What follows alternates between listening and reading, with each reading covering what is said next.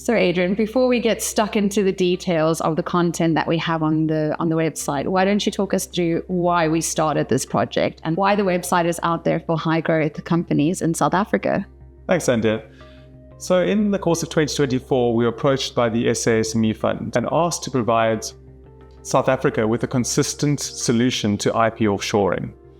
Our firm has been doing this for 15 years. We've probably done this 100 times. And the secret to our success has been that we have a solution that's very simple and very compliant. It's also very transparent. So any legal authority can look at it and confirm that it complies with their requirements. So in response to the SA SME Fund's request, we prepared this website, which really distills the content that we use to create these IP strategies.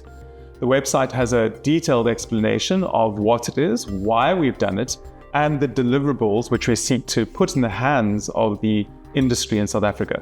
And that deliverable really is a roadmap to creating the right human resources offshore, which can result in the offshore company owning the IP. And that really comes down to responding to the requests from international investors that they have an offshore company they can invest into on behalf of your local South African high growth company. I think that's great, Adrian. And something that we've really come across in the market is this lack of access to investment. Yes. And this strategy really speaks to that. Because it really unlocks that potential. Because so much of that investment is from offshore sources. Yeah. And because it's from offshore sources, they're hesitant to put the cash into a South African company. So the problem we're solving is how do we open up growth funding to high growth companies in South Africa in a way that's consistent and repeatable and doesn't involve delays and high legal costs?